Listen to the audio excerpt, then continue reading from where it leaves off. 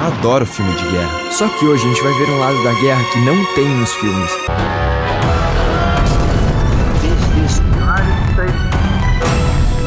Bom, me explica aí.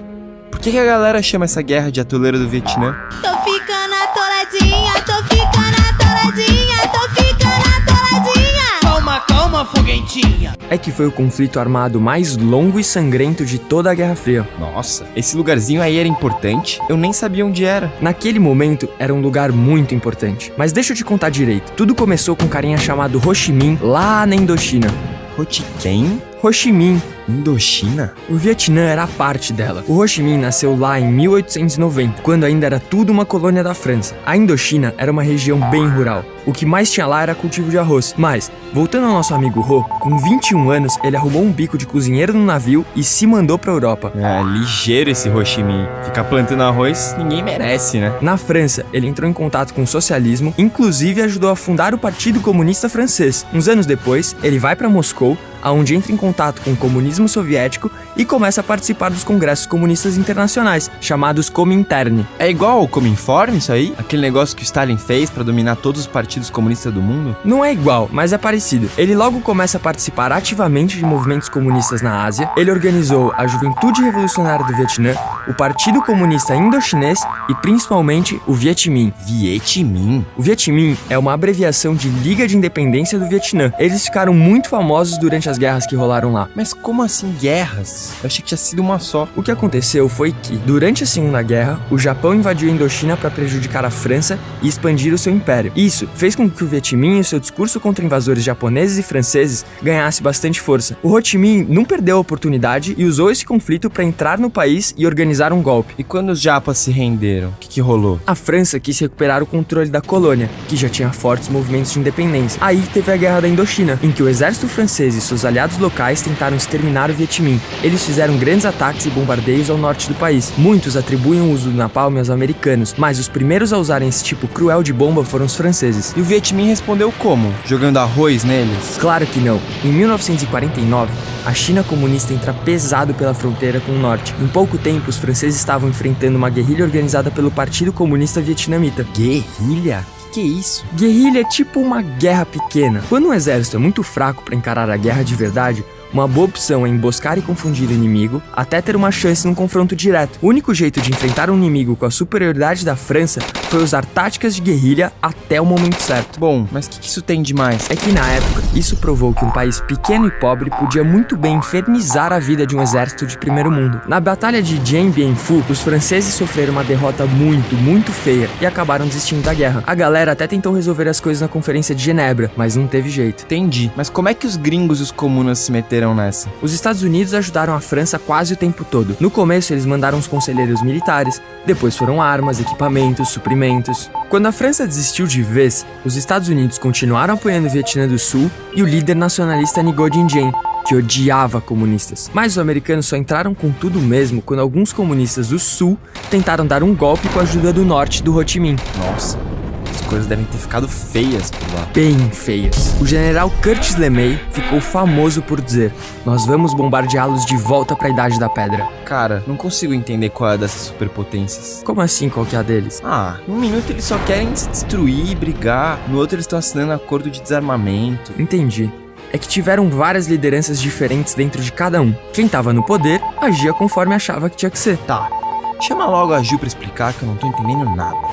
Oi, meninas. Ju, eu tô contando pra ele da Guerra do Vietnã. Também queria uma ajudinha pra falar da União Soviética. Aquela parada de soberania limitada e coexistência pacífica. Coexistência pacífica? Quer dizer que também tinha hippie na União Soviética? Não, mas ia ser engraçado se tivesse. O que aconteceu é que quando o Stalin morreu, quem assumiu o controle da URSS foi o Nikita Khrushchev, que era um cara que acreditava na doutrina da coexistência pacífica. Como diz o nome, ele não acreditava que tinha que ter guerra e bombardeios e tudo mais. Ele achava que a União Soviética, como sendo um exemplo de comunismo, ia inspirar os países capitalistas a se tornarem e espalhar pelo mundo. Nossa, esse cara é bem diferente do bigodudo, hein? Pois é, ele era tão diferente que chamaram o período dele de desestalinização. Ele mudou várias coisas na postura da União Soviética, inclusive denunciou crimes do governo do Stalin em 1956, e foi ele quem foi lá bater um papo com Kennedy e resolver a famosa crise dos mísseis em Cuba. Eu lembro dele, mas o que a galera do bloco comunista achou disso? Teve muita gente que gostou sim, mas quem não gostou nada foi a China, que acreditava numa luta pela destruição do capitalismo. A briga foi ficando cada vez mais feia. A China não estava satisfeita e em 1962 acabou se afastando da URSS junto dos seus aliados. O Vietnã não estava recebendo ajuda da China? Eles foram nessa onda também? Então, até o fim do governo Khrushchev, que durou até 1964, a URSS não ligava muito assim pro Vietnã. Quem ajudava mesmo era a China, enviando tropas e armamentos. Só que isso só durou até 1968. Ué, eles pararam por quê? Pouco tempo depois que o Khrushchev saiu do cargo, quem assumiu foi um cara chamado Leonid Brezhnev. Nome difícil. Ai. Esse cara defendia a soberania limitada. Se ele sentisse que o comunismo estava ameaçado em algum lugar, ele achava que a URSS tinha total direito de intervir. O cara era o oposto do Khrushchev, tanto que o período dele foi chamado de reestalinização. Não entendi, Ju. O que isso tem a ver com o Vietnã? Que ele começou a enviar tanto apoio e ajuda para o Vietnã que o Ho Chi Minh, que era o líder da época, se viu obrigado a apoiar a União Soviética, substituindo a China, que dava ajuda antes. Foi aí que os Estados Unidos, claro, entrou de vez na guerra e enviou mais tropas, armamentos, soldados do que para qualquer outro lugar que eles enviaram durante todo o período da Guerra Fria. Bom, e quem ganhou no final? A coisa ficou bem complicada para os Estados Unidos, porque apesar de números de mortos ser menor dos Estados Unidos do que do Vietnã, era tanta gente morrendo que a população dos Estados Unidos começou a querer o fim da guerra. Só que isso só foi mudar a partir do governo Nixon. Ah, é? O que ele fez de novo? Ele começou a retirar as tropas que estavam no Vietnã do Sul e ele deu um golpe e tanto na União Soviética quando começou a aproximar os Estados Unidos e a China. Imagina o que foi. Não foi burrada abandonar o Vietnã? Não, na verdade, para os Estados Unidos valia muito mais a pena ver as duas grandes potências comunistas brigando entre si. A URSS começou a ter que gastar um monte de dinheiro para enviar tropas e soldados para a fronteira dela com a China. E os Estados Unidos lá só assistindo. Nossa, o Brezhnev não deve ter gostado nem um pouco disso. Pode deixar que daqui eu assumo, Ju, valeu.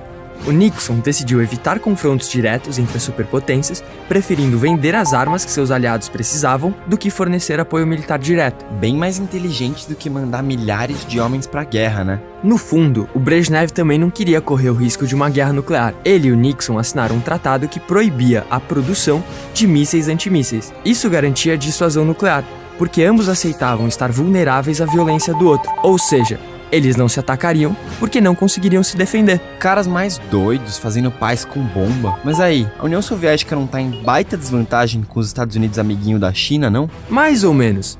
A China é um caso à parte. Além disso, o bloco capitalista também não ia super bem. A França do De Gaulle vai dar um trabalhão pros americanos no próximo episódio. Só o que me faltava. Os franceses não ganham uma, nunca ajudam em nada. Agora eles decidem atrapalhar. Me explica isso aí. Explico sim, só que no próximo episódio. Aí, se você não quer que o Stalin te mande pra congelar na Sibéria, se inscreva no nosso canal.